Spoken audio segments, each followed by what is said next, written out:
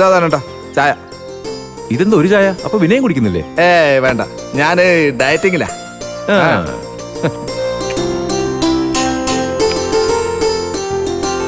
ധനേട്ടാ, ഞാന് കുറച്ച് ദിവസമായിട്ട് വീട്ടിൽ വന്ന് മെമ്പറെ ഒന്ന് കാണണമെന്ന് വിചാരിച്ചിരിക്കുക. വാസന്തി ചേച്ചി വിചാരിച്ചാ എനിക്ക് CCTV ഒക്കെ ഉള്ള കുറച്ച് ഓർഡറുകൾ പിടിച്ചു തരാൻ പറ്റില്ല ചേട്ടാ. പിന്നെ പറ്റാതെ. പഞ്ചായത്ത് പ്രസിഡന്റ് കഴിഞ്ഞാലേ പിന്നെ വാസന്തിക്ക ഈ നാട്ടിലെ ഏറ്റവും സ്വാധീനം. അത് വെറുതെ അല്ല, അവരുടെ എല്ലാ പ്രവർത്തനങ്ങൾക്കും ചുക്കാൻ പിടിക്കുന്നതേ ഈ ധനഞ്ജയനാ. ധനേട്ടൻ നമ്മുടെ കാര്യം കൂടി ചേച്ചിയോടൊന്ന് സംസാരിക്കണം. നമുക്ക് എന്താ വേണ്ട വെച്ചാ ചെയ്യാന്നേ. അയ്യോ, മെമ്പർ വാസന്തിയെ പ്രതിഫലം മോഹിച്ച് ഒന്നും ചെയ്യില്ല വിനയ. അവളുടെ കൈ പരിശുദ്ധ.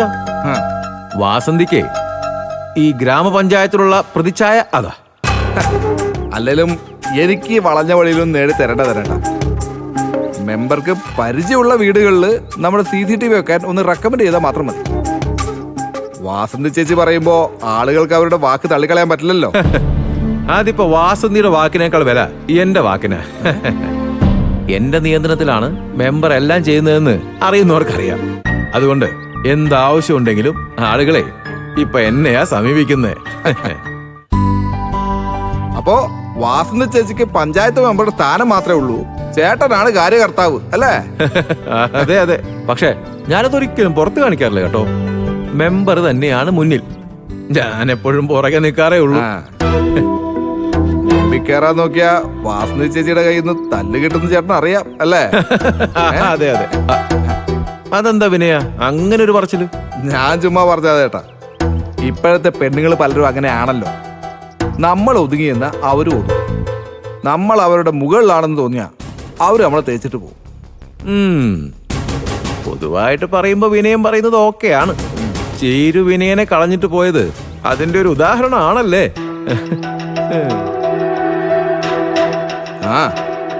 ഞാനും അതൊക്കെ ഉദ്ദേശിച്ച് തന്നെ പറഞ്ഞത്. ആകെ പോട്ടെ, എന്റെ CCTVയുടെ കാര്യം ധനേട്ടനൊന്ന് കാര്യമായിട്ട് പരിഗണിക്കണം.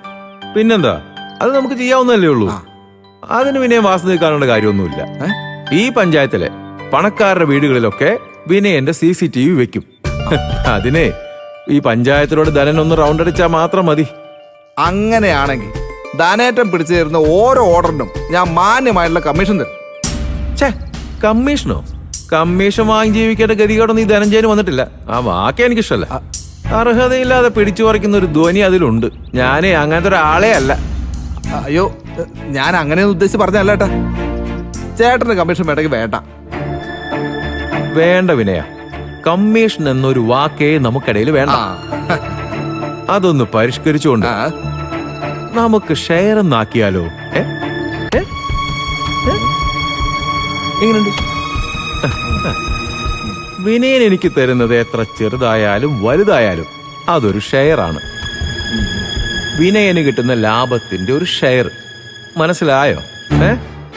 അങ്ങനെ പറയുന്നതിനും വാങ്ങുന്നതിനെ ഒരു അന്തസ്സൊക്കെ ഉണ്ട് വിനയ. എന്താ, കറക്റ്റ് അല്ലേ? പിന്നെ കറക്റ്റ്, വെരി വെരി കറക്റ്റ് ഏട്ടാ. അപ്പൊ നമുക്ക് ഷെയർ ആയിട്ട് മുന്നോട്ട് പോവാം. ഓ, ഓക്കേ.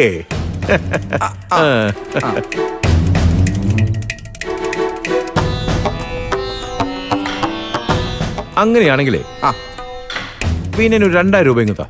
ഞാൻ എന്റെ വർക്ക് ഇപ്പൊ തന്നെ തുടങ്ങിയേക്കാം. അല്ല, ലാഭം കിട്ടിയാലേ ഷെയർ തരാൻ പറ്റൂ.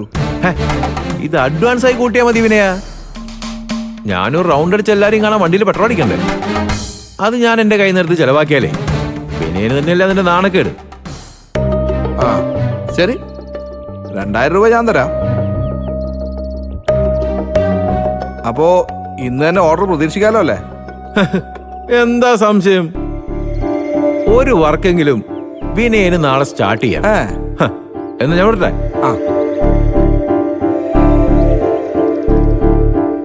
ഈ ഗ്ലാസ് അങ്ങ് കൊടുത്തേക്കാം. ശരി എന്നാ, ഓക്കെ.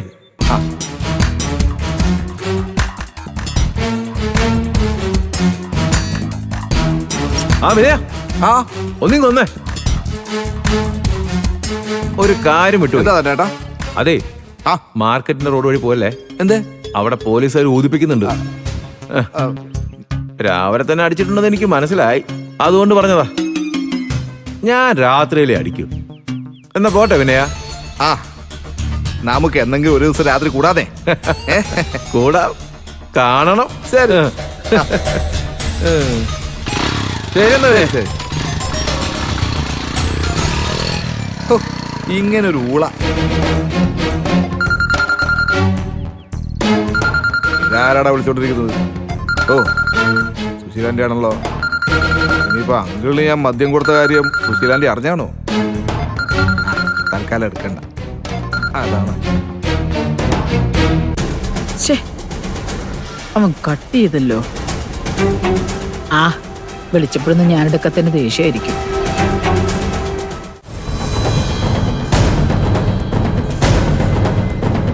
ആ ഒന്നുകൂടെ വിളിച്ചു നോക്കാം.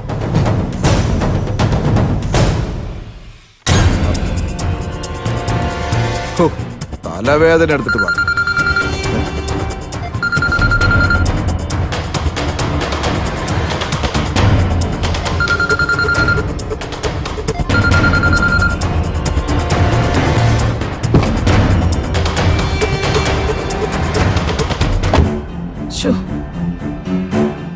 അവനെ ഒന്ന് നേരിൽ കാണണമല്ലോ. അവനെ പിണക്കിയാൽ അവനിവിടെ CCTV കൊണ്ട് വെക്കുമല്ലോ.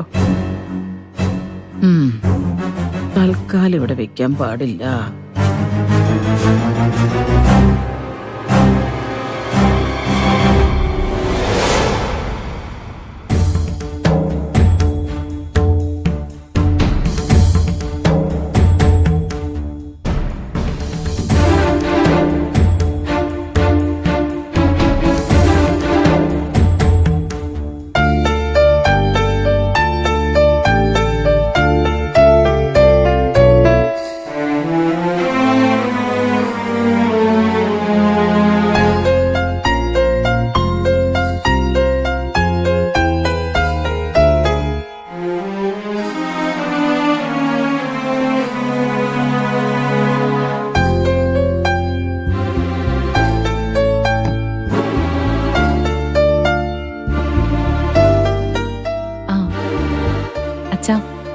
അച്ഛൻ അമ്പിളി ചേച്ചിയോട് എന്തെങ്കിലും ഒന്ന് സംസാരിക്ക്.